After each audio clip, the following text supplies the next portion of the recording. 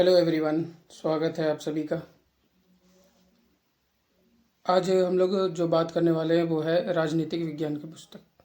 ठीक है। राजनीतिक विज्ञान, इसको सिविक्स भी बोला जाता है, वैसे पॉलिटिकल साइंस भी बोला जाता है। तो ये क्लास 10 का है। अब देखिए, क्लास 10 में जो पढ़ना होता है वो क्लास 9 के ही सेकंड पार्ट का भाग होता है। क्लास 9 में पार्ट 1 पढ़ना था, लोकतांत्रिक राजनीति पार्ट 1, और क्लास 10 में उसी का नेक्स्ट पार्ट पढ़ना होता है। ठीक है। तो क्लास 10 का आज हम लोग बात करेंगे। और क्लास 10 में जो पहला चैप्टर है उस चैप्टर का नाम है सत्ता की साझेदारी। सत्ता की साझेदारी। ठीक है। और सत्ता की साझेदारी हम लोग आज शुरू कर देते हैं। ठीक है। सत्ता का क्या मतलब होता है? सत्ता का मतलब होता है पावर।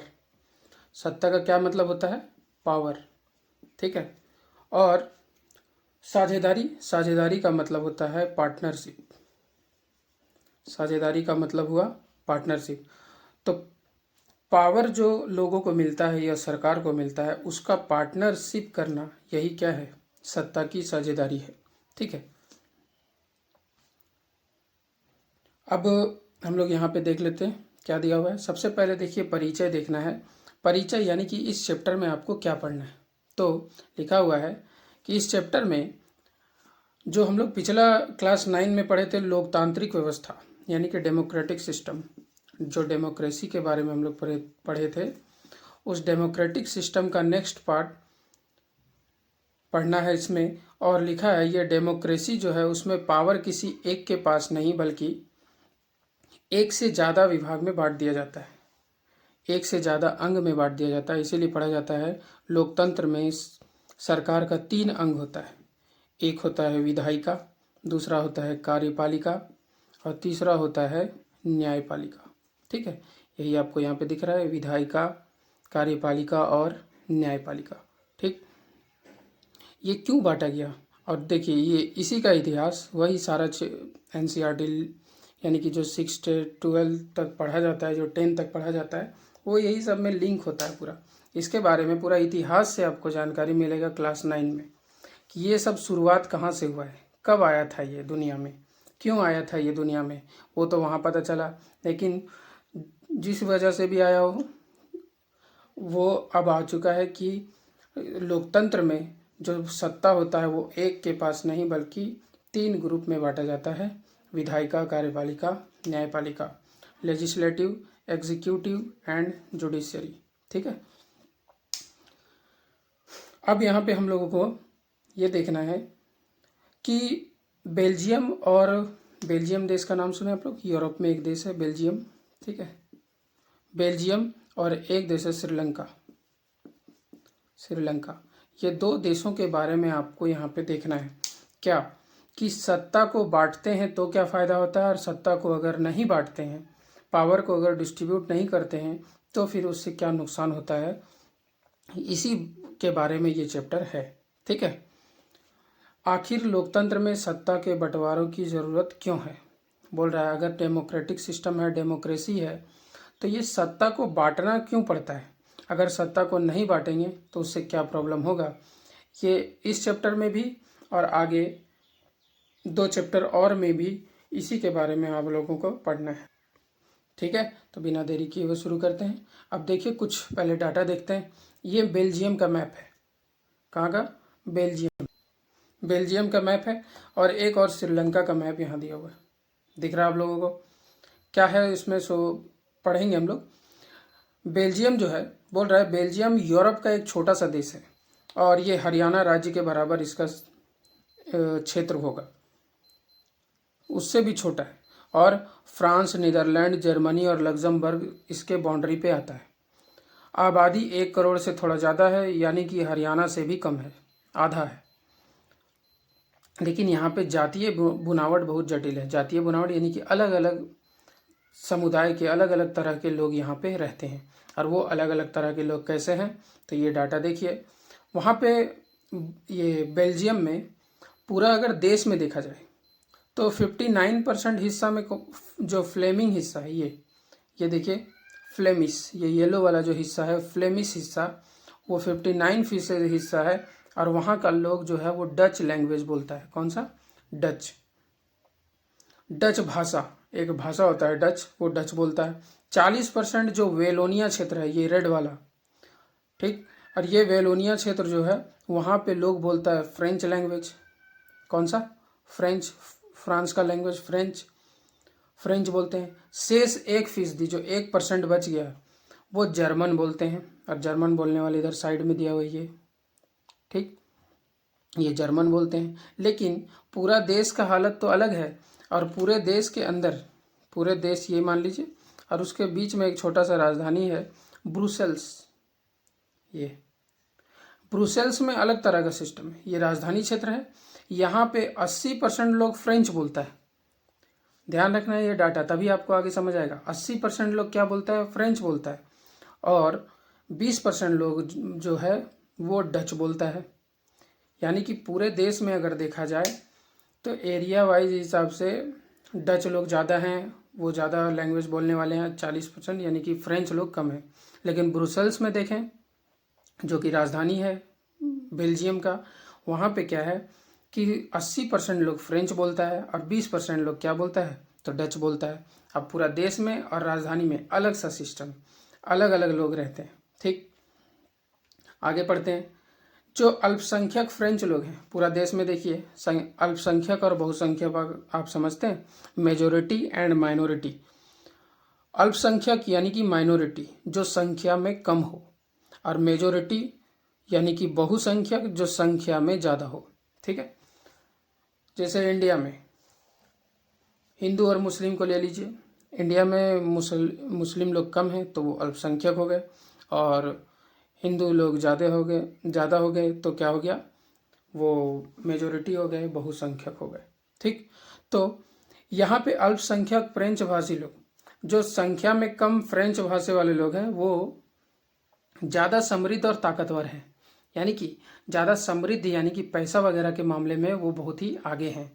भले कम लोग हैं, लेकिन पैसा तो पावर देता ही है, तो पैसा के मामले में वो क्या रहे हैं? बहुत आगे रहे हैं। और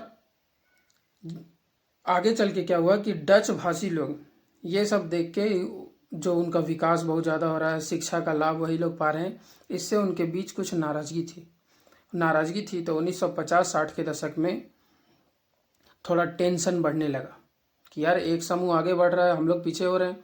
तो ये टेंशन बढ़ने लगा, तनाव बढ़ने लगा। देख रहे हैं आप यहाँ, तनाव, टेंशन लोगों के बीच बढ़ने लगा। और इसका टकराव जो है, ये टकराव कहाँ पे दिखता है हम लोगों को? टकराव वो दिखता है यहाँ पे ब्रुसेल्स में। ब्रुसेल्स जो राजधानी क्षेत्र है, वहाँ पे इसका टकराव बहुत ज़्यादा देखा गया, ठीक। यहाँ अब क्या होता है, देखिए लिखा हुआ है, डच बोलने वाले लोग संख्या के हिसाब से अपेक्षाकृत ज़्यादा थे। डच बोलने वाले लोग जो हैं वो संख्या में ज़्यादा है, लेकिन धन और समृद्धि, पैसा के मामले में वो लोग क्या हैं? कमज़ोर हैं, अल्पमत हैं, ठीक है। तो ये हुआ कहाँ का कहानी? बेल्जियम का। अब थोड़ा सा श्रीलंका के बारे में देखते हैं। श्रीलंका आपको पता है एक द्वीपीय देश है। इंडिया का मैप आप लोग देख रहे होंगे, इंडिया का जो साउथ वाला भाग है, और साउथ वाले भाग में यहाँ पे एक देश है, द्वीपीय देश, जिसका नाम क्या है? श्रीलंका है। अब श्रीलंका जो है वो तमिलनाडु से कुछ ही दूरी पर है, और यहाँ की आबादी लगभग 2 करोड़ है, यानी कि हरियाणा के बराबर, हरियाणा से कंपेयर किया है, ठीक है। इसमें भी बहुत सारे जाति समूह रहते हैं, जिसमें 2 इम्पोर्टेंट है, और उसका नाम आपको ज़रूर से ध्यान रखना है। यहाँ जो प्रमुख सामाजिक समूह है, यानी कि जो ज़्यादातर लोग रहते हैं, उनको बोला जाता है सिंहली। क्या बोला जाता है? सिंहली। यहाँ पे सिंहली लोग ज़्यादा हैं, जो जनसंख्या में 74% है। यानी कि श्रीलंका में 74% किसका जनसंख्या है? तो वो है सिंहलियों का। फिर आता है तमिलनाडु, तमिल लैंग्वेज बोलने वाले, है ना। तो तमिल लोगों का परसेंटेज है 18% कौन रहते हैं? तो तमिल रहते हैं। और ये तमिल भी 2 ग्रुप में बटा है, एक श्रीलंकाई मूल के तमिल, यानी कि जो श्रीलंका के ही हैं, वो 13%, और फिर हिंदुस्तानी तमिल, हिंदुस्तान के तमिल वहाँ कैसे पहुँचे? तो औपनिवेशिक सरकार, यानी कि अंग्रेज लोग, जो बागानों में काम करने के लिए मजदूरों को ले जाता था ज़बरदस्ती, उस टाइम जो गए उन्हीं के जो बच्चे लोग हैं वो आज देखिए लिखा हुआ है संतान, वो संतान आज भी वहाँ है। तो ये कौन हो गए? हिंदुस्तानी तमिल।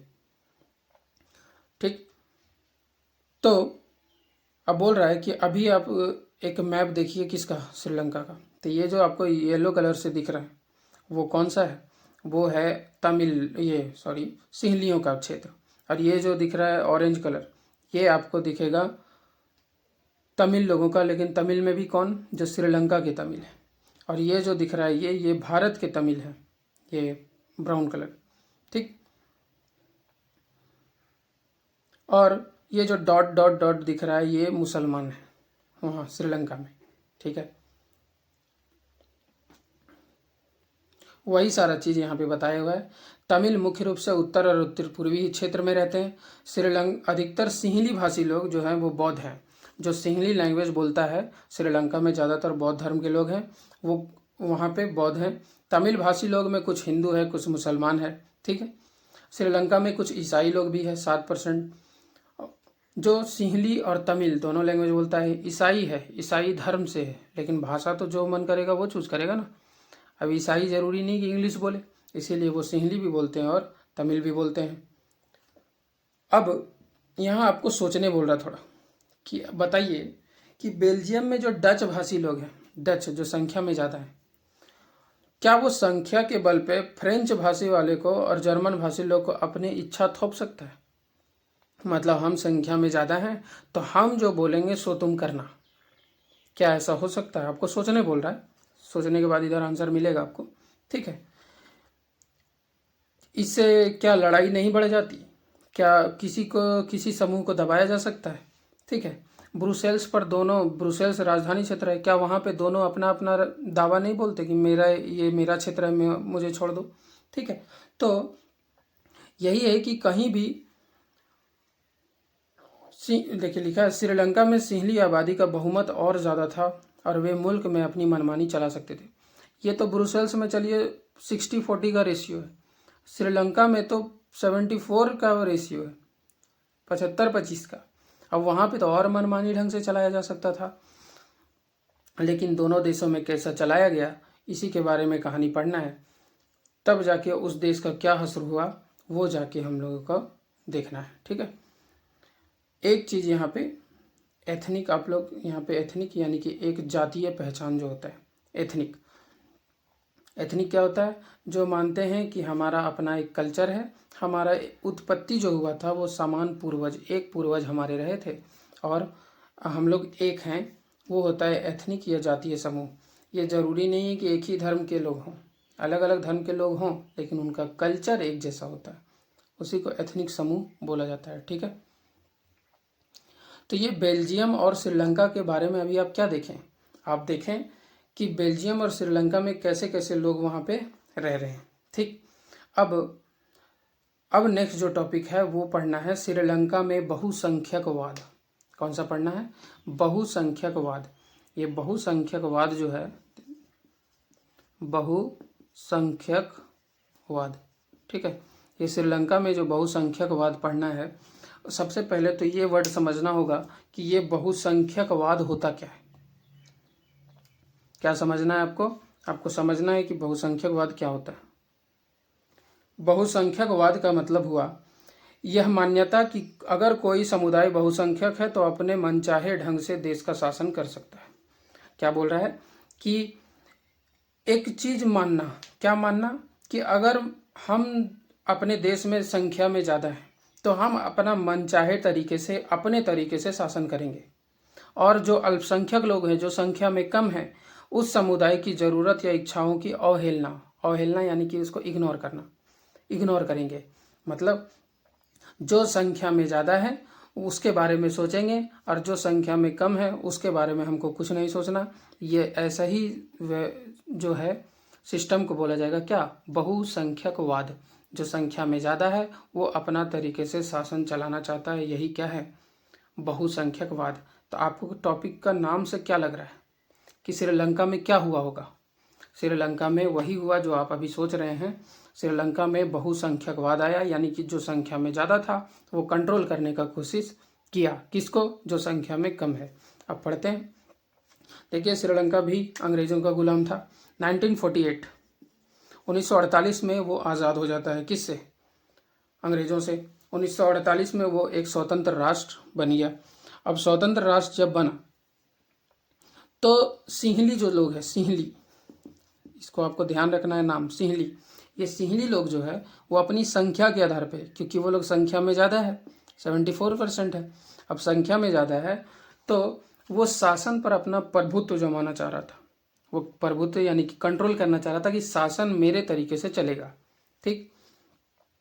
और इस शासन को कई तरीके से चलाने के लिए वो बहुसंख्यक परस्ती के तहत कई कदम उठाए, यानी कि वो बहुसंख्यक थे, इस आधार पे वो बहुत सारा कदम उठाते हैं। जैसे 1956 का समय, 1956 में एक कानून बनाया जाता है, और कानून बना के तमिल भाषा जो है वहाँ का, तमिल को कोई वैल्यू नहीं दिया जाता है, उसको दरकिनार कर दिया जाता है, और उसके जगह पे सिंहली को राजभाषा घोषित कर दिया जाता है।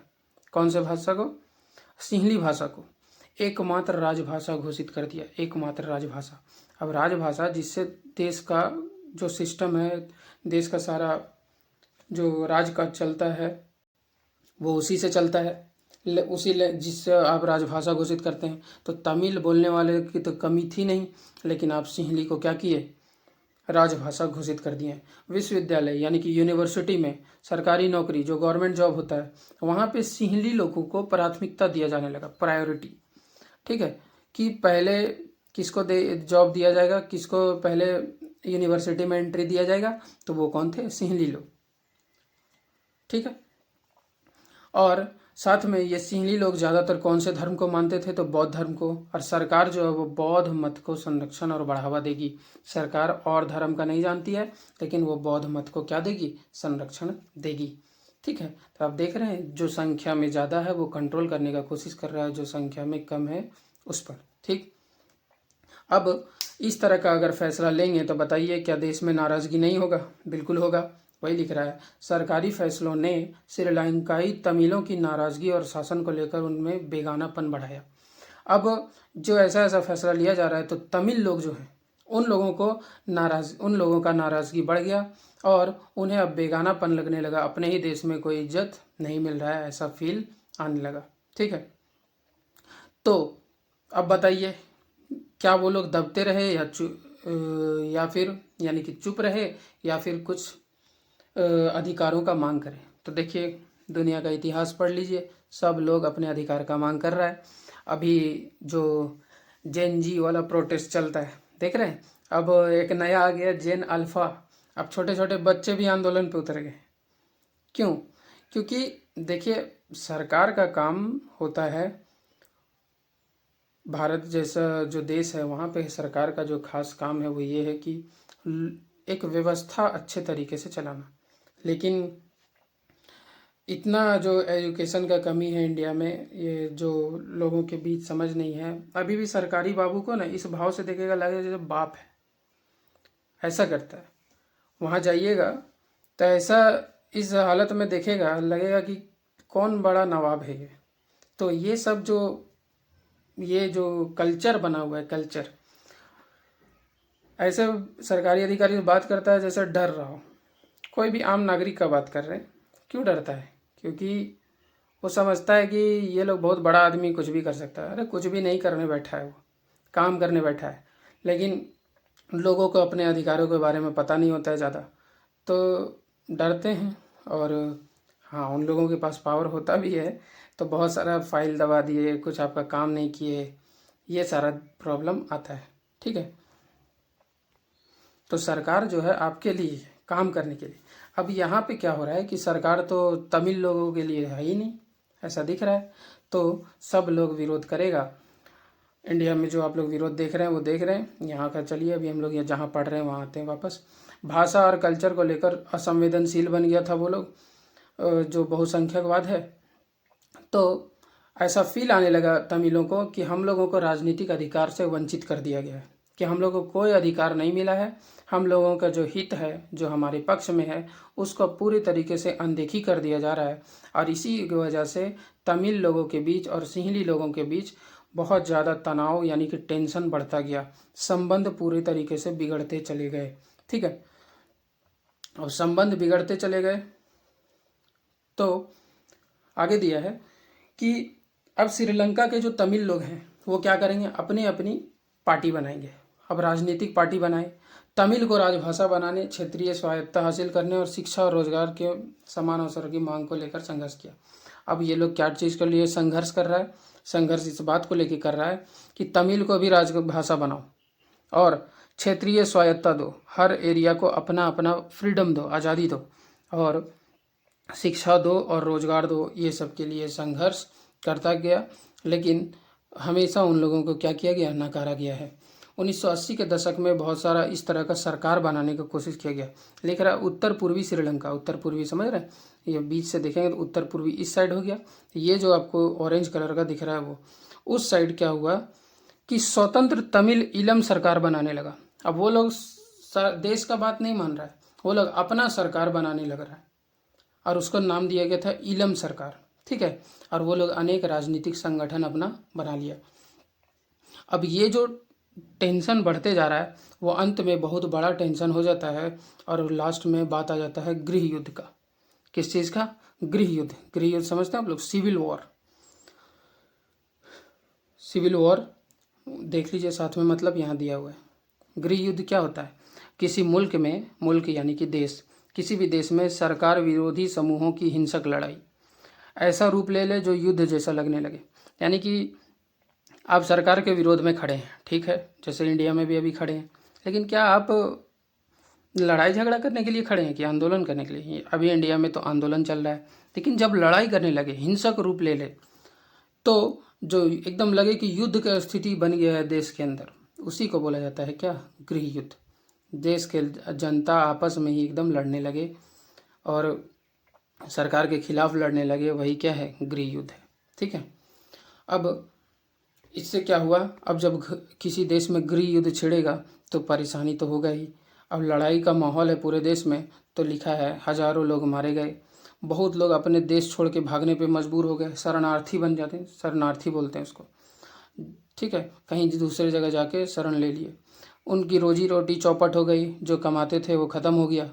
ठीक है, और यहाँ पे एक बात बताया है कि कभी श्रीलंका विकास के मामले में, शिक्षा के मामले में, स्वास्थ्य के मामले में बहुत अच्छा रिकॉर्ड रहा था श्रीलंका का। देखिए लिखा है श्रीलंका का रिकॉर्ड सबसे अच्छा रहा था इधर साउथ एशियन देशों में, इंडिया, पाकिस्तान, अफगानिस्तान, ये जो देश है सारे, म्यांमार, नेपाल, भूटान, इन सब में सबसे अच्छा जो विकास कर रहा था वो कौन था, श्रीलंका। लेकिन जो हालत हुआ देश का, वहाँ का सरकार जो अल्पसंख्यक लोगों को अधिकार नहीं दिया, इसके वजह से वहाँ टेंशन बढ़ा, और टेंशन बढ़ा तो गृह युद्ध हुआ, और गृह युद्ध हुआ तो कोई भी चीज़ वहाँ अच्छा नहीं चलने लगा, लोग परेशान हो गए, है ना। और इससे सांस्कृतिक और आर्थिक जीवन में काफ़ी परेशानी पैदा हुआ, बहुत ज़्यादा परेशानी हुआ, और पूरा लड़ाई चलते रहा, और ये लड़ाई बहुत लंबा चला है। लास्ट में देखिए अभी थोड़ा दिन पहले ही 2009 में इस युद्ध का अंत हुआ है। ठीक है, यानी कि आप लोग क्या देखें कि सत्ता को अगर नहीं बांटा तो कितना बड़ा युद्ध हुआ। ठीक है, नेक्स्ट टॉपिक, बेल्जियम की समझदारी। अच्छा, बेल्जियम जो है थोड़ा समझदारी दिखाता है। कैसा समझदारी, पढ़ते हैं आगे। यानी कि कुछ अच्छा किया होगा तभी ना समझदारी होगा, उसी को तो समझदारी बोलेंगे। क्या किया वो लोग जो श्रीलंका रास्ता अपनाया था उसको नहीं अपनाने का फैसला किया।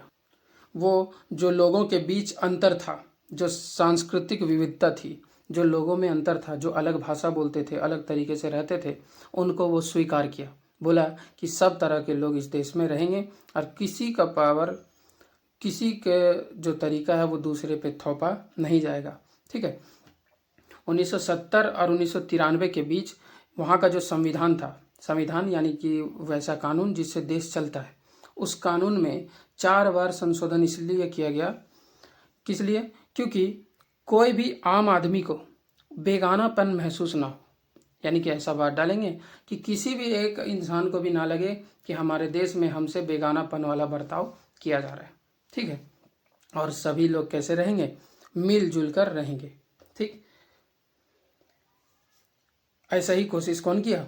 बेल्जियम किया। और वो क्या क्या किया उसके बारे में थोड़ा सा पॉइंट वाइज यहाँ पे दिया हुआ है। जैसे पहला पॉइंट दिया है कि संविधान में इस बात का स्पष्ट प्रावधान दिया गया, संविधान में ही। कहाँ पे? संविधान। देखिए, संविधान देश का सर्वोच्च कानून होता है, सर्वोच्च यानी कि सबसे ऊपर, उसको मानना सबके लिए बाध्यता है।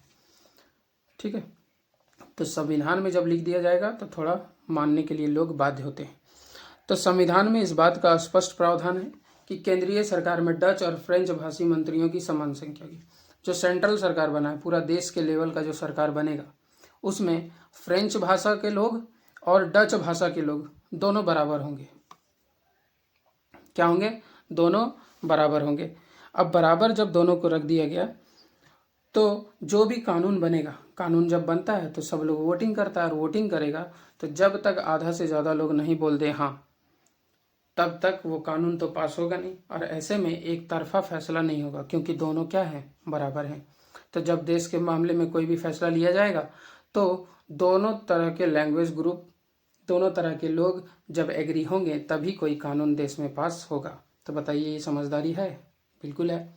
ठीक है, अब ये सरकार को क्या किया गया, जो केंद्र सरकार थी वो बहुत सारा शक्ति दे दिया क्षेत्रीय सरकार को। बोला कि हम स्टेट में बांट देते हैं, किसको?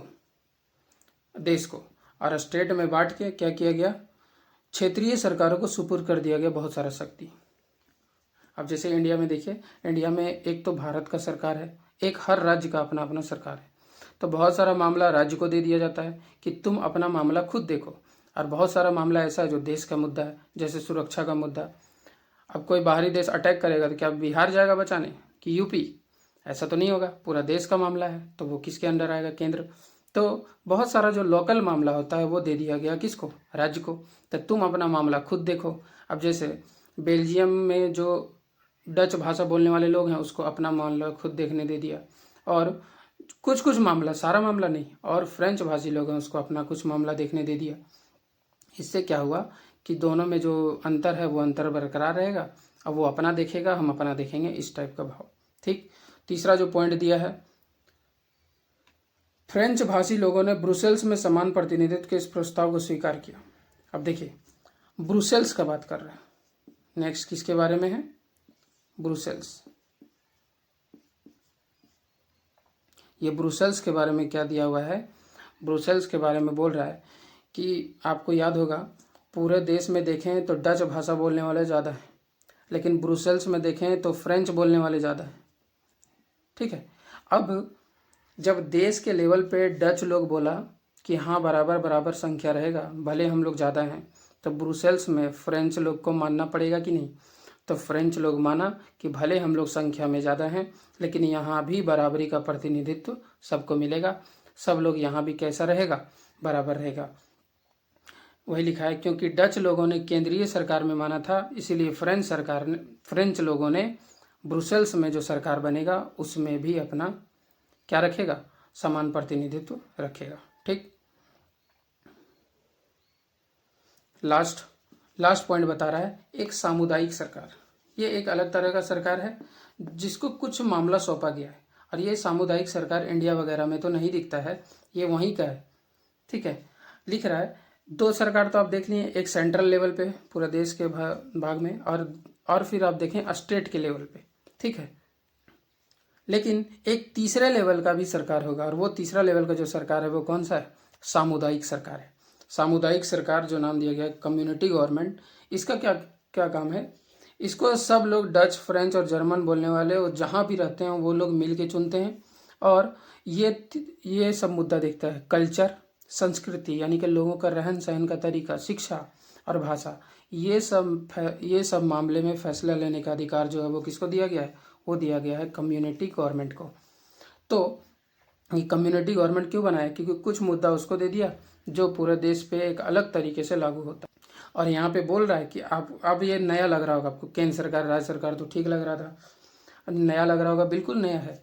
वो बोल रहा है कि ये मॉडल आपको जटिल लग सकता है ना? खुद बेल्जियम के लोगों को भी जटिल लगता है, लेकिन ये व्यवस्था जब बनाया गया तो ये व्यवस्था काफ़ी सफल हुआ, अच्छे से वो लोग चला रहा है। और वहाँ पे किसी तरह के लोगों के बीच टेंशन नहीं है इस सब मुद्दे पे, और इसीलिए वहाँ पे गृह युद्ध की आशंकाओं पर विराम लग गया। वहाँ पे कोई गृह युद्ध नहीं हो रहा है, ठीक है। और अगर वहाँ पे बताइए कि वही श्रीलंका वाला हाल किया गया होता तो बेल्जियम भी दो भागों में बट गया रहता। लेकिन वो ऐसा एकता का एग्जाम्पल बनाया कि आप लोग एक नाम सुने कभी, यूरोपियन यूनियन का, ईयू। कभी पेपर पढ़ेंगे तो देखिएगा, अभी हमारा ईयू के साथ बातचीत भी चल रहा है इंडिया का। और ये क्या है, यूरोप का बहुत सारा देश क्या किया गया है आपस में मेल जोल बनाने के लिए। देखिए ये इकोनॉमिक्स का चीज़ है, इकोनॉमिक्स में इसका डिफिनेशन वगैरह पढ़ा जाता है। और ये पूरा यूरोप का लगभग, इसमें लगभग 27 देश है शायद अभी, और ये 27 देशों का एक ग्रुप है। और ये यूरोपियन यूनियन पूरा एक सिस्टम ही बना के रखा है, और पूरा यूरोप के बारे में एक बार में ये लोग फैसला लेता है।